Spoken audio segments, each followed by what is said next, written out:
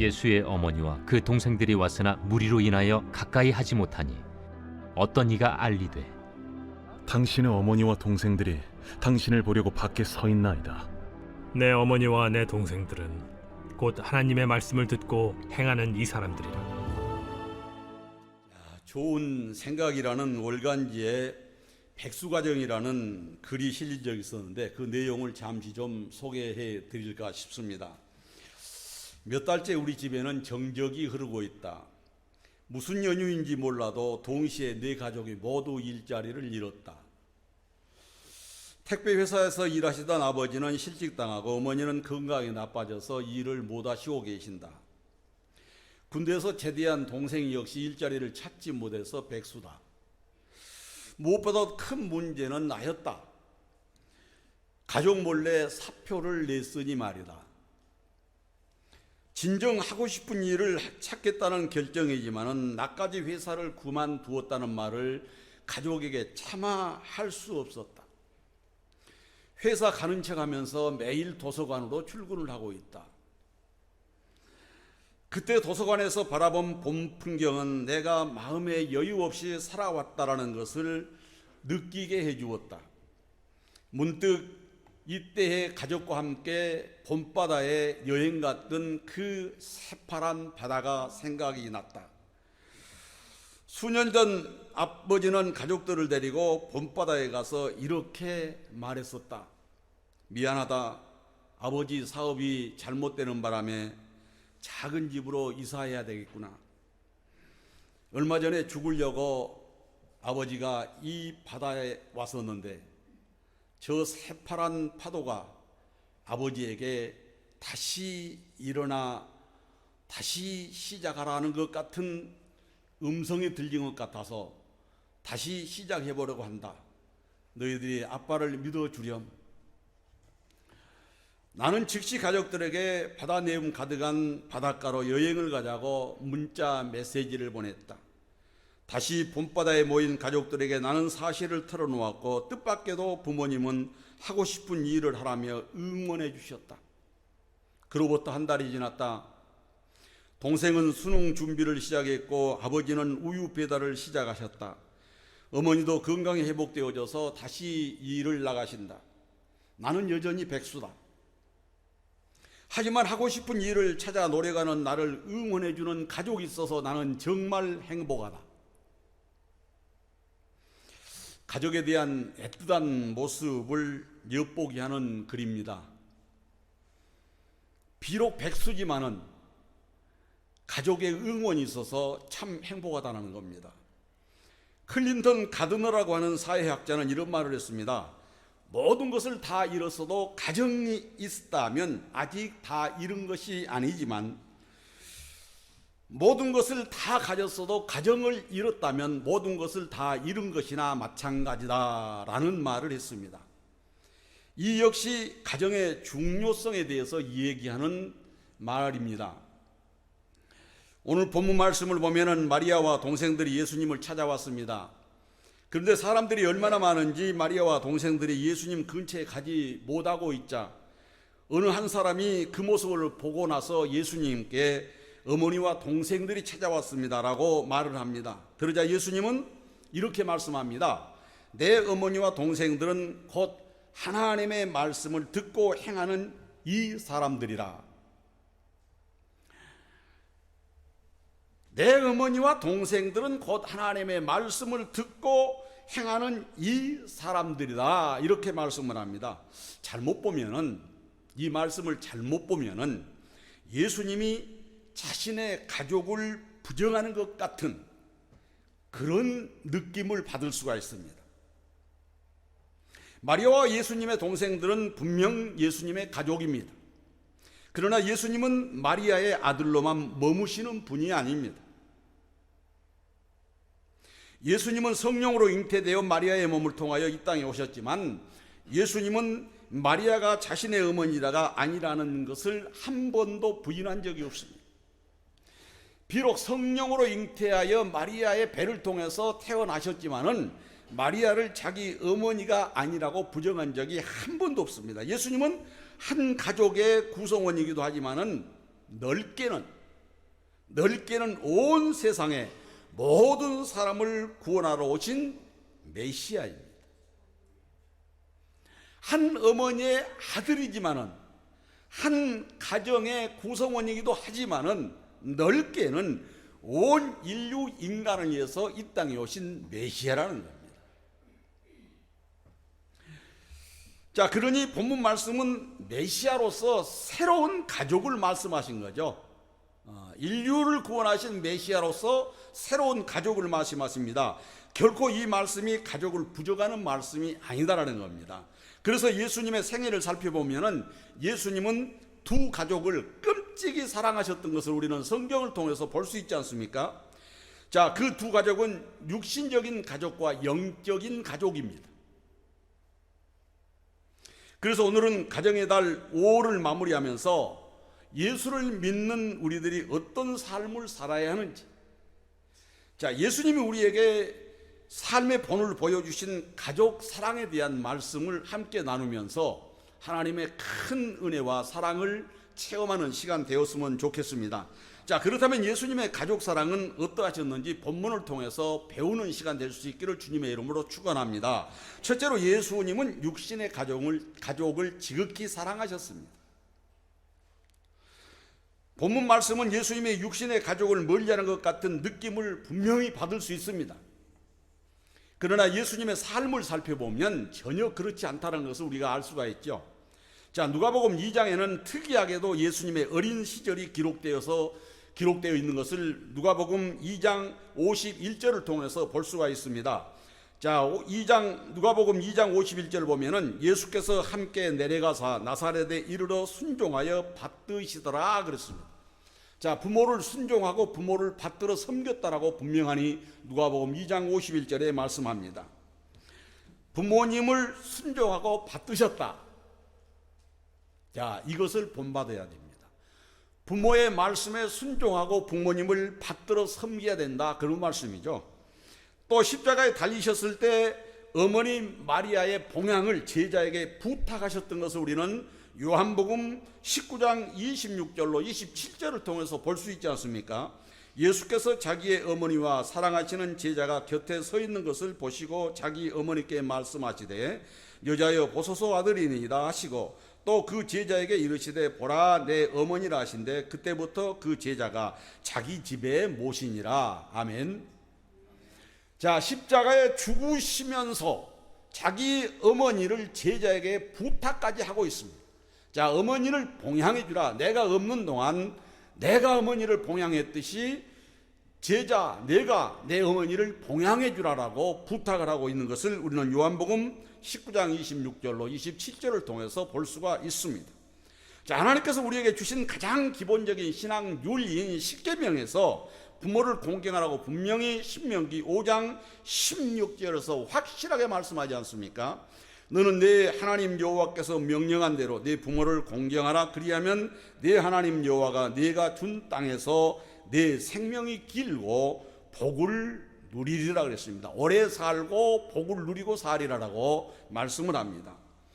예수님께서는 마가복음 7장에서 고르반 제도를 악용하는 사람들을 강하게 책망하셨던 것을 우리는 누가복음 7장을 통해서 볼 수가 있게 되죠. 마가복음 7장에서. 자, 고르반의 뜻은 여러분도 알겠습니다만은 하나님께 드리는 헌금입니다. 고르반 제도. 자, 거룩한 목적을 위해서 우선적으로 물질을 하나님께 바쳤던 이스라엘의 전통입니다. 자, 어느 사람에게 부모님께 드려야 할 생활비가 있습니다. 그런데 이 자녀가 부모님께 드릴 생활비를 하나님께 드렸다 하면 부모님께 드리지 않아도 율법의 제재를 받지 않는 제도입니다. 부모에게 생활비를 드려야 되는데 부모에게 생활비를 드리지 않고 하나님께 드렸습니다 하면은 그 죄를 묻지 않았다는, 이게 고르반이에요. 이것은 하나님을 우선적으로 섬기려는 특별한 상황에서 만들어진 제도입니다. 그런데 여기에 사람들의 욕심이 끼어드니까 자기의 것을 내서 하나님께 드려야 하는데 자신의 것이 아까우니까 자기의 것을 안 내놓고 부모에게 드릴 생활비를 하나님께 드렸습니다 그러고 부모에게 생활비를 안 준다는 거예요. 그럼에도 불구하고 율법으로 법으로 제재를 안 하는 것이 고르반 제도입니다.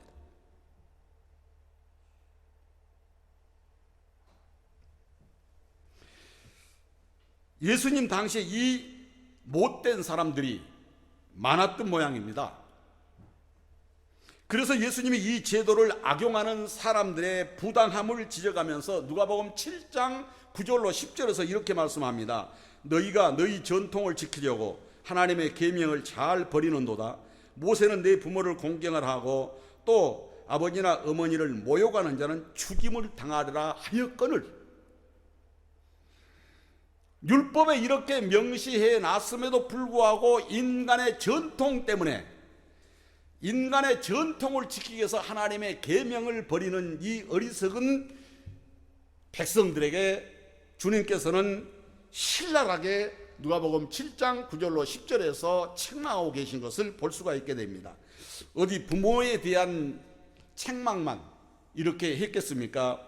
디모데전서 5장 8절에 보면 그렇게 말씀하지 않습니까? 누구든지 자기 친족, 특히 자기 가족들을 돌보지 아니하면 믿음을 배반하는 자요 불신자보다 더 악한 자니라. 가정에 충실하지 않고 부모, 형제에게 악행을 자행하고 효도치 못하며 형제와 우애하지 못하고 사는 자들을 향해서 디모데전서 5장 8절은 분명하게 경고하고 있는 것을 볼 수가 있게 됩니다. 더 나가서 누가복음 9장에 보면은 가족과 작별 인사를 하고 와서 예수님을 따르겠다는 사람의 요구를 예수님이 거절하는 모습이 나옵니다. 자, 이것은 어떻게 보면은 예수님께서 가족을 등한시 하시는 것 같은 느낌을 받을 수 있습니다. 그러나 이것은 가족을 등한시해서 하시는 예수님의 말씀이 절대로 아닙니다. 이 말씀은 예수님의 일을 버리고 돌아가서 안 올 것을 경계하는 차원에서 하시는 말씀이에요. 가정을 무시하고 가정을 등한시해서 여겨서 하시는 말씀이 아니라 주님의 일을 버리고 돌아가서 안 올 것을 경계하는 차원에서 하시는 예수님의 말씀이 바로 누가복음 9장에 기록되어 있습니다. 결코 가족을 소홀히 여기시는 말씀이 아니다라는 겁니다. 이렇게 예수님은 가족을 사랑하셨습니다. 그리고 귀중히 여기셨던 것을 우리는 성경을 통해서 볼 수가 있게 됩니다. 그런데 우리들의 삶을 보면은 그렇지 못할 때가 너무 많잖아요. 어떤 분의 간증을 보니까 이분이 말이 굉장히 거칠었습니다. 자녀들이 속만 새기면은 이 죽일 XX 나가서 차라리 죽어라, 이 말을 입에다 달고 살았다라는 거예요. 그런데 어느 날도 아이가 속을 새기니까 차라리 나서 죽어라 하고 고함을 질렀는데 그 순간에 하나님께서 내가 그렇게 해줄까 그러시더랍니다. 이 소리를 듣고 깜짝 놀라 정신이 바짝 들었다라는 간증의 내용을 봤습니다. 자, 우리 모두 그렇습니다만은 가족이기 때문에, 가깝기 때문에, 편하기 때문에 우리가 함부로 말하고 함부로 대할 때가 얼마나 많습니까? 가족이기 때문에 이렇게 말해도 될 것이라고 지레짐작하고 내 생각대로 상대 입장 생각지 아니하고 내뱉을 때가 얼마나 많습니까? 그러나 우리가 분명히 한번 생각해 보십시다. 내가 내뱉은 말을 그대로 하나님께서 이루어주신다고 생각한다면 감히 함부로 말을 내뱉어 놓을 수 있겠습니까? 하나님은 우리의 머리카락까지 세신 바 되신 분입니다. 우리의 앉고 일어섬을 다 보시고 계신 분입니다. 만일 하나 우리의 입술에서 떨어진 말 그대로 하나님이 준행해 주신다면, 실천해 주신다면 얼마나 섬뜩한 일입니까? 자, 그래서 우리는 늘 가족을 존중하는 마음을 갖고 살아야 됩니다. 남편은 아내를, 아내는 남편을, 자식들은 부모를, 부모는 또한 자녀들을.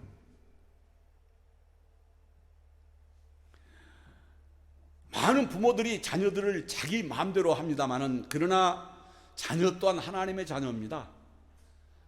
이 땅에 사는 동안 하나님께서 자녀들을 우리에게 맡기시고 관리하고 잘 기르라고 주신 것이지, 자녀들을 마음대로, 내 마음대로 하라고 주신 것은 아닙니다.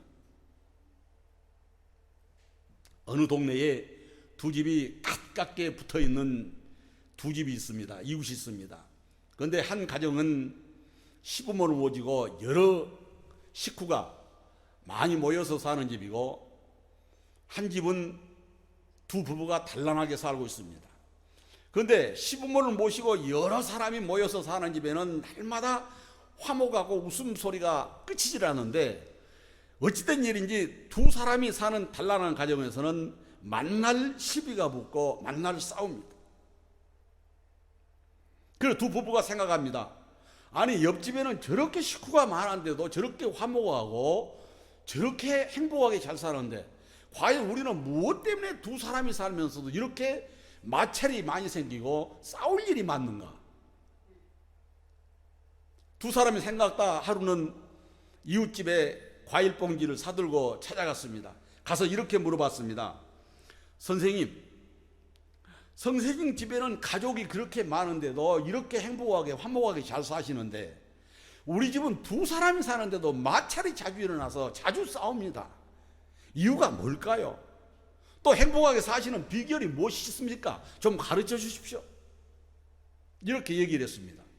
그러니까 주인이 말하기를 이렇게 대답을 합니다. 그거야, 당신 두 분은 똑똑하신 분들이고 우리 식구들은 다 미련하고 부족한 사람들이 살아서 그렇습니다. 얼마나 엉뚱한 대답입니까? 화목하게 사는 방법을 가르쳐 달라고 하니까 당신 부부는 똑똑한 사람들이고 우리 식구는 다 미련하고 똑똑하지 못해서 그렇다고 행복하다는 겁니다.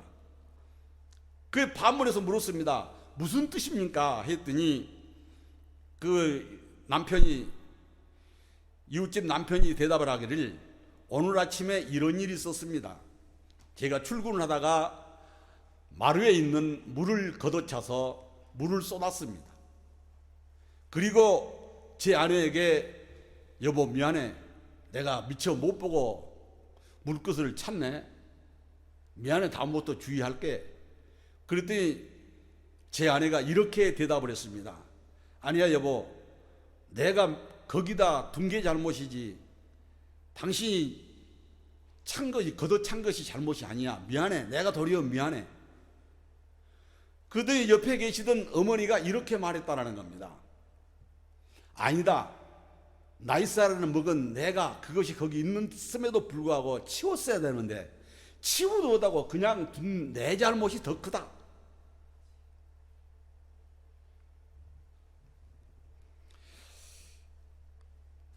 이렇게 서로가 서로를 위해서 바보가 되려고 하니까 싸움을 할 수가 없습니다 라고 하더라는 겁니다.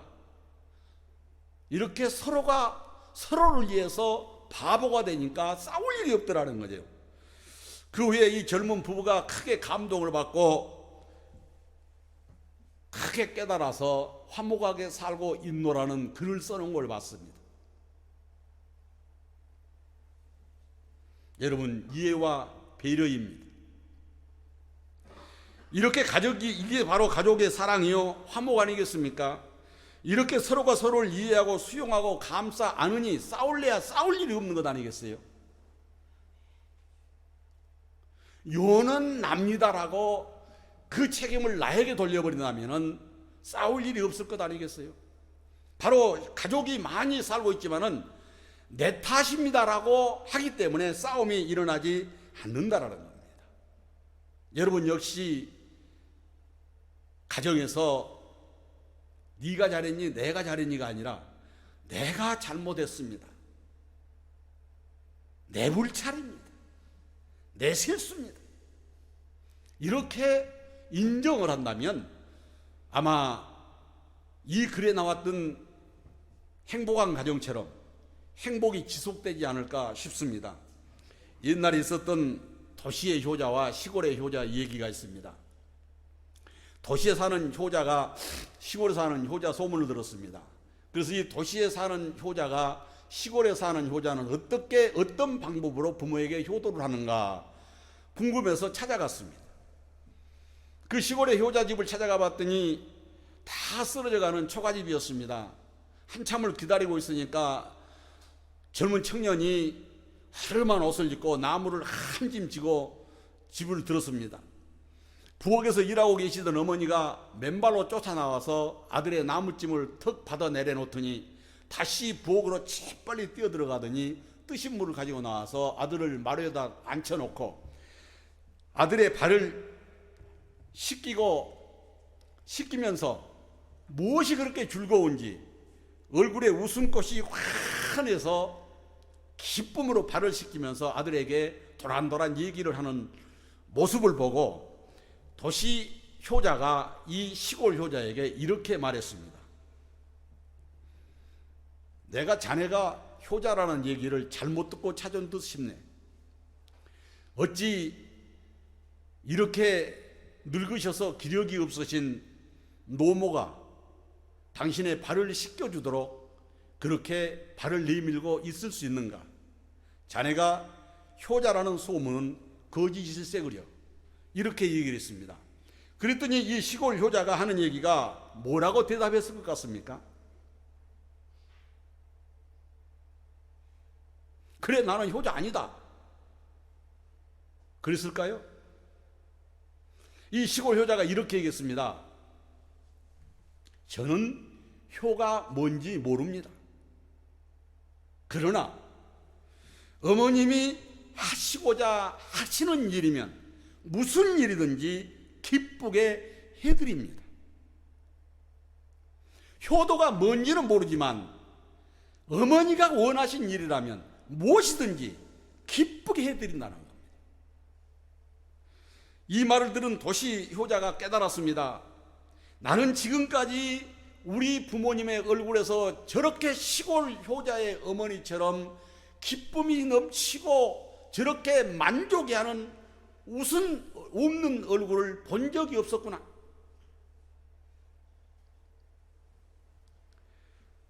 도시 효자가 말합니다. 진정한 효도는 좋은 잠자리, 좋은 음식, 많은 용돈을 드리는 것이 아니라 부모님의 뜻대로 순종하면서 부모님을 기쁘게 해드리는 것이 효도구나라는 것을 깨달았다는 얘기입니다. 그렇습니다. 날마다 산에 짐 밀어 아무리 잘 대접하고 잘 봉양한들 부모의 마음을 괴롭게 만들고 부모의 마음을 서글프게 만들고 부모의 마음을 외롭게 만든다면 그것이 과연 효도겠습니까? 비록 효도가 뭔지는 모르지만은 어머니가 나무찜을 받아주는 걸 기뻐하시고 어머니가 힘드시지만은 발을 닦아주는 걸 기뻐하기 때문에 그 아들은 그 우대를 받으면서도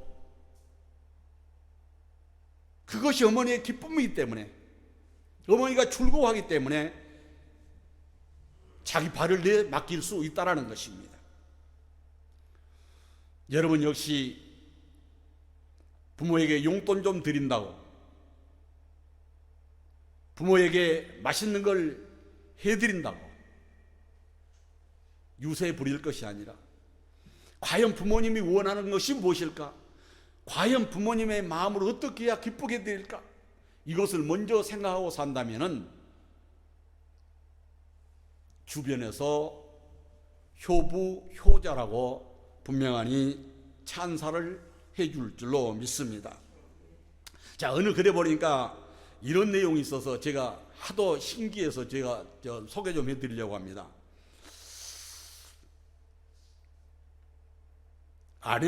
아내의 마음이 아이가 하나일 때, 그러니까 부부 생활에서 아내가 아이가 하나 태어났을 때에, 둘 태어났을 때에, 셋이 태어났을 때에 아내의 마음이 각각 변한다라고 썼더라고요. 자, 남편이 반찬 투정을 하는데 아이가 하나일 때는 부인이 이렇게 얘기한답니다.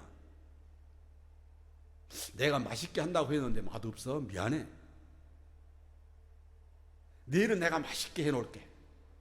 이렇게 얘기한대요. 애가 하나일 때는. 그런데 애가 둘일 때는 이렇게 얘기한대요. 반찬 투정을 하게 되면은 맛있는데 왜 그래? 애들도 아니고 왜 투정이야? 애가 셋일 때는 반찬 투정하면 그런데요. 째려보다가 반찬을 탁 걷어가면서 배불렀군. 먹기 싫으면 간도.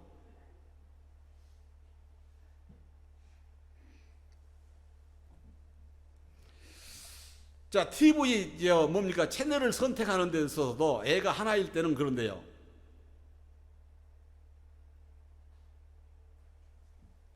나 애 재울 테니까 당신 텔레비 봐. 이러고 방에 들어간대요. 그런데 애가 둘일 때는 남편이 텔레비를 이리 돌렸다 저리 돌렸다 하면은 부인 못 보게 하면은 부인이 그런데요. 남자가 쪼잔하게 텔레비에 목 쓴 거냐?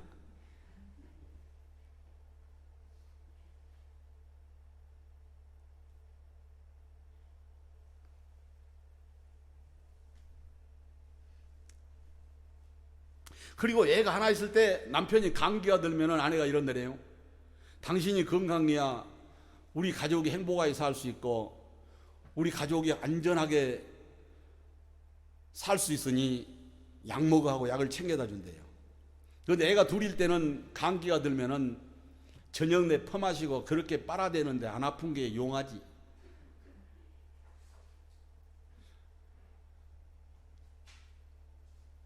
애가 셋일 때는 그런데요. 만일에 애들한테 옮기기만 해 죽을 줄 알아. 우리 가운데는 아마 그런 사람 없으리라 믿습니다.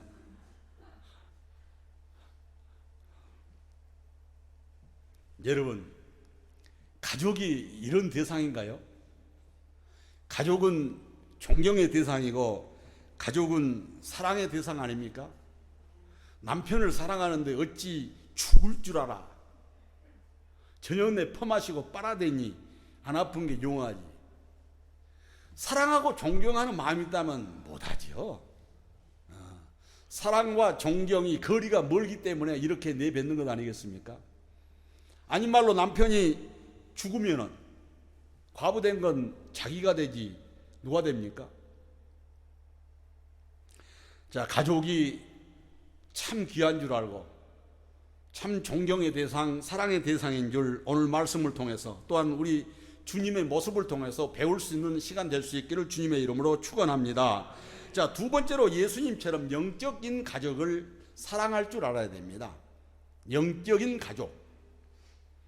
자, 본문 말씀 21절에서도 예수님은 육신적인 가족이 전부가 아니라 또 하나의 가족이 있음을 분명하게 말씀하고 있음을 볼 수가 있게 됩니다. 바로 영적인 가족입니다. 자, 이 영적인 가족은 예수 믿는 사람들을 가르쳐서 말씀하는 말씀이죠. 자, 예수 믿는 사람들. 자, 예수 믿는 사람들은 가족이라는 겁니다. 예수님은 이들 또한 가족이라고 분명히 말씀을 합니다. 우리가 예수님을 믿는 사람이 한 가족이라고 하는 확실한 단어가 무엇일까요? 자, 예수 믿는 사람이 한 가족이다. 자, 어떤 단어가 생각납니까? 하나님을 아버지라고 부르잖아요. 자, 할아버지나 아들이나 손주나 손녀나 다 하나님을 아버지라고 부릅니다. 가족이라는 얘기죠. 가족.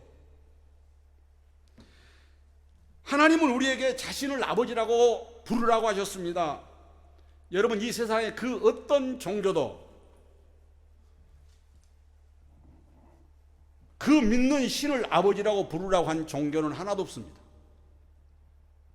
우리 하나님밖에 없어요. 하나님은 우리에게 아버지라고 부르라고 하십니다. 갈라디아서 4장 6절은 분명히 말씀하지 않습니까? 너희가 아들이므로 하나님이 그 아들의 영을 우리 마음 가운데 보내사 아빠 아버지라 부르게 하셨느니라. 아멘. 그렇습니다. 하나님을 아버지라고 부르라고 하셨습니다. 여기서 보듯이 하나님을 아버지라고 부르는 이유는 모두가 한 가족이라는 겁니다.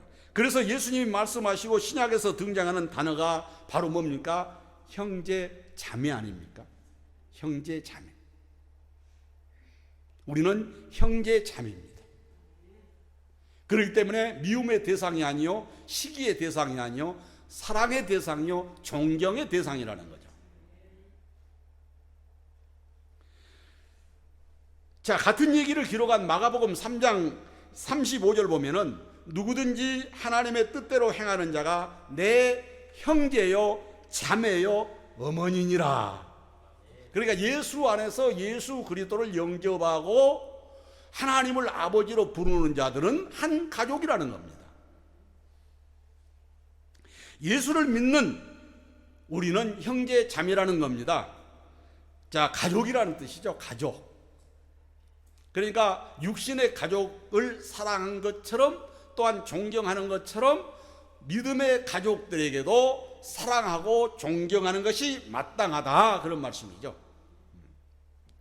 자, 이 형제와 자매를 위해서 예수님은 십자가에 못 박혀 죽으셨습니다. 저와 여러분을 위해서 죽으신 거예요.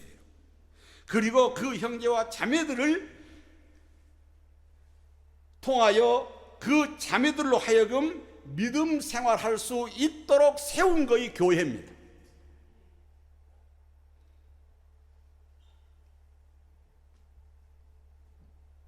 예수를 믿고 구원받은 형제 자매들을 위해서 세우신 것이 바로 교회입니다. 이 같은 예수님의 뜻을 알았던 예루살렘 교회, 성도들은 정말로 가정과 같은 교회를 세웠고 정말로 가족처럼 신앙생활했던 걸 우리는 사도행전 2장을 통해서 알 수 있지 않습니까? 그런데 이런 교회가 깨졌습니다. 왜 가족 같은 교회가 깨졌을까요? 왜 가정 같은 교회가 깨졌을까요? 그것은 바로 욕심 때문에 깨졌습니다. 가정 같고 가족 같은 교회가 깨지는 이유가 바로 욕심입니다. 더 가지려는 욕심, 더 챙기려는 욕심, 더 대접받으려는 욕심, 더 인정받으려는 욕심, 자기만 알아주기를 바라는 욕심. 자, 이런 욕심이 교회를 망가뜨렸습니다. 야고보서 1장 15절에서 분명히 말씀하지 않습니까? 욕심이 잉태한 즉 죄를 낳고 죄가 장성한 즉 사망을 낳느니라. 자, 욕심이 문제입니다. 욕심이 문제예요. 나만 하는 이 욕심. 은혜 받는 것도 나만 받으려고 하고, 인정받는 것도 나만 받으려고 하고, 이 작은 것 같지만 이 작은 욕심이 문제가 된다는 것이죠. 아무것도 아닌 것 같지만은 내가 부리는 이 작은 욕심이 결국 나를 망가뜨리고 교회를 망가뜨리고 가정을 망가뜨리고 더 나가서 사회를 망가뜨리는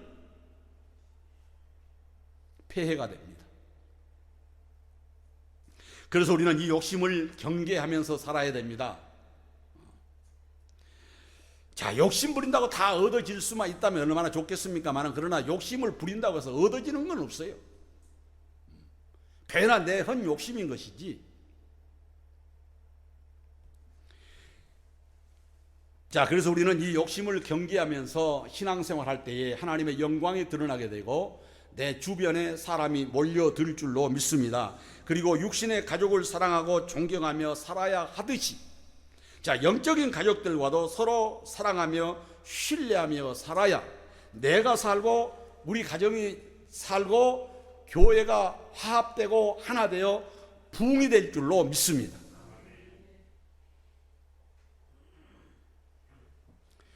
그럼 사랑과 존경의 출발점은 과연 무엇일까요?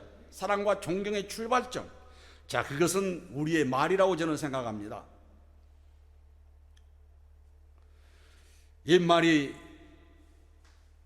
말 한마디에 천냥빚을 갚는다는 말도 있지 않습니까? 말 잘에 빤마디는 일이 없다고 말하기도 하지 않습니까? 자, 그래서 말이 아름다워야 합니다. 그 아름다운 말은 뭘까요? 칭찬과 격려 아니겠습니까? 자, 우리가 버려야 할 것은 바로 비난과 비판의 말입니다. 우리가 뻑하면은 비난하고 비판하고 그러잖아요. 그러나 비난과 비판은 나를 망가뜨리고 가정을 망가뜨리고 나가서 교회를 망가뜨리고 내 주변의 사람들과의 관계를 허무는 그런 가시 역할을 할 수밖에 없음을 우리는 다시 한번 인식해야 될 줄로 믿습니다. 어느 사회학자가 말하기를 이런 말을 하더라고요. 우리나라는 옛날부터 비난과 비판이 많았던 나라였다. 그래서 나라가 망할 줄 알았는데 그래도 나라가 흥하는데 하도 이상해서 자기가 연구를 해봤더니 딱 말 한마디 때문에 나라가 망하지 않고 흥하다는 겁니다. 그렇게 비난과 비판을 했음에도 불구하고 나라가 망할 줄 알았는데 망하지 않는 이유가 있어서 연구를 해봤다는 거예요. 뭐 때문에 이렇게 비난과 비판이 난무한 이 나라가 망하지 않은 것인가? 한마디더라는 거예요. 한마디. 흥해라, 흥. 이 말 때문에 흥한다는 거예요, 나라가. 여러분, 이 얘기가 무슨 얘기입니까? 애들 코 풀 때 코 잡고 흥해라, 흥 하잖아요. 그런데 이 사회학자가 연구해 보니까 그 말 때문에 우리나라가 망하지 않고 흥했다는 거예요. 믿거나 말거나 자기 생각은 그렇다는 겁니다. 내가 하는 얘기가 아니라 어느 사회학자가 써놓은 글을 본 겁니다.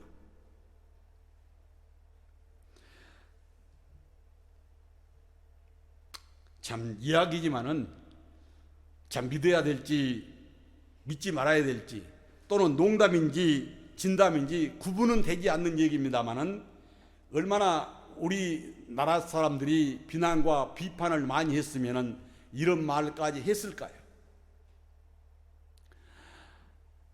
자, 사랑과 존경은 말에서부터 시작합니다. 아름다운 격려의 말, 자, 칭찬의 말.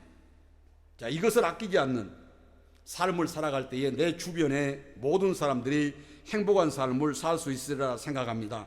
우리가 소망하는 가정은 흥하는 가정입니다.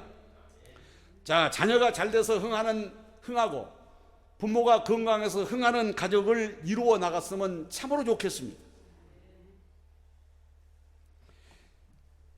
베드로전서 4장 11절은 이렇게 말씀합니다. 만일 누가 말하려면 하나님의 말씀을 하는 것 같이 하라. 말하려면 하나님의 말씀을 하는 것 같이 해라. 그렇게 말씀합니다. 여러분, 이렇게 말하고 사는 건 쉬운 일은 아니잖아요. 그러나 이 말씀은 우리의 육신의 가족이나 영적인 가족들에게 실천하면서 살아가려는 교훈으로 받을 수 있기를 주님의 이름으로 축원합니다. 비록 실천하고 살기는 어렵겠지만은 그러나 육신의 가족, 영적인 가족들에게 이렇게 실천해 보려고 노력하는 삶을 살아갈 때에 자, 3살적 버릇이 80까지 가듯이 서서히 우리의 심중에 심겨져서 아름다운 말, 격려의 말이 버릇처럼 입에서 나올 수 있는 습관이 들 줄로 믿습니다. 가족을 사랑하고 그 누구도 무시하지 않고 존경하며 이로하며 격려하셨던 예수님처럼 저와 여러분들도 이와 같이 가족을 사랑하고 존중하고 아끼고 또한 더 나아가서 교회 성도들과의 화합하고 또한 존중하며 서로가 이해하고 협력하고 아끼고 사랑하며 이끌어주고 격려하는 가운데 교회가 더욱더 부흥되어져서 빈자리가 없이 가득 채워지는 기적의 역사가 일어날 수 있기를 주님의 이름으로 축원합니다. 살아계신 하나님 감사합니다. 가정의 달 5호를 마무리하면서 주님께서 이 땅에 오셔서 육신의 가족을 사랑하시고 또한 영적인 가족을 사랑하셨던 것처럼 우리들도 육신의 가족을 사랑하며 존중하며 또한 화합하며 아끼게 하시고 영적인 가족 역시 이와 같이 신뢰하며 사랑하며 격려하며 아끼고 화합하여 교회가 부흥되어 하나님의 나라를 확장시켜 나가기에 부족함이 없는 삶을 살아가기에 부족함이 없도록 성령께서 친히 인도하시고 주관하여 주시옵소서. 예수님의 거룩하신 이름으로 감사하며 기도드리옵나이다. 아멘.